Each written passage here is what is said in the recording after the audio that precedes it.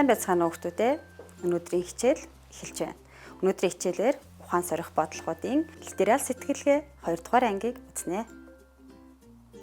Сурах бичгийн 135 дугаар хуудас. Дасгал 2.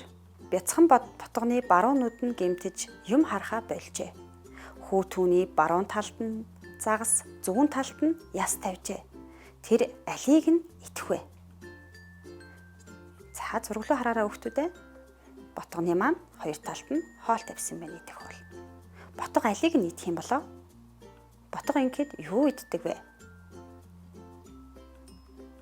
Зөв хариулт нь ботго бол өвсөн тэжээлтэн.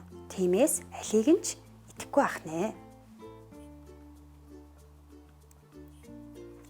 Сурах бичгийн хуудас 135 дасгал 4. Бяцхан охин амьтны хүрээлэнд очоод нэг том баавгайг олж харжээ. Тэр тун их баярлан түүн дээр очиж гараараа барьж үзв. Охин баавганаас огтхон ч айхгүй байлаа. Яагаад тэр вэ? За зурглуу анхаарлаа хандуулъя хүүхдүүдээ. Ямар баавгай байсан болов? Ой хүрэн баавгай байсан болов? Чихмэл тоглоом баавгай байсан болов? Тэр альнаас нь огт айхгүй вэ? Мэдээж хэрэг чихмэл баавганаас айхгүй шүү дээ хүүхдүүдээ. Бат 7 настай. Гэтэл хүмүүс бүгд л түүнийг ах гэж дууддаг. Яагаад тэр вэ?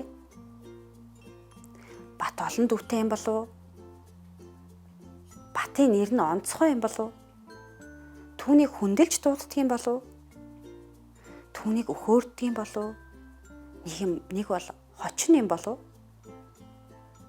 Зөв хариултыг харцгаая хүүхдүүдээ. Гэтэл хүмүүс бүгд л гэсний учир нь юу юм болов? Түүний хочийг ах гэдэг юм байна.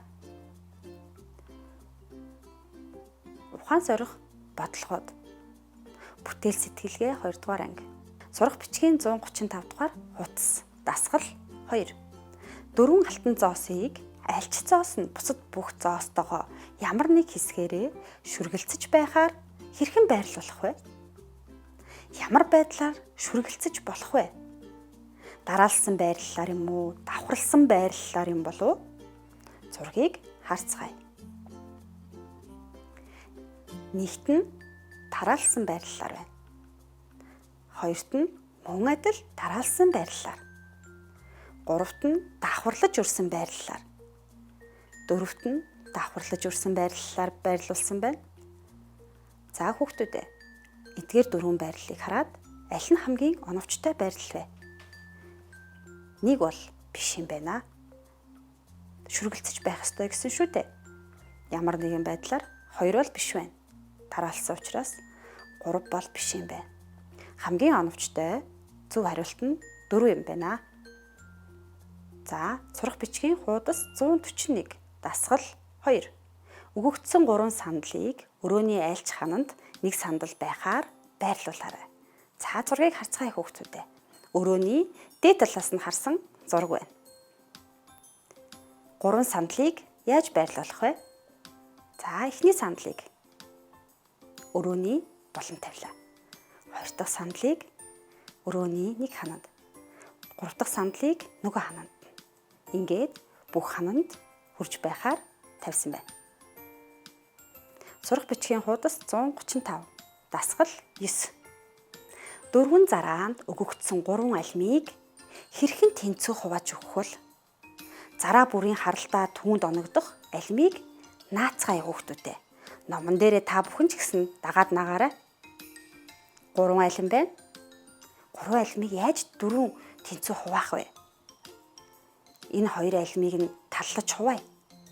Үлдсэн алимыг нь 4 хувааж үзье. За эхний 2 алимыг таллаж хуваахыг багш нь харуулж байна. Дэлгэц рүүгээ хараарай.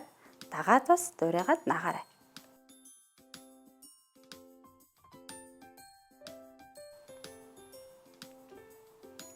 Үлдсэн алимаа 4 хэсэг болголоо.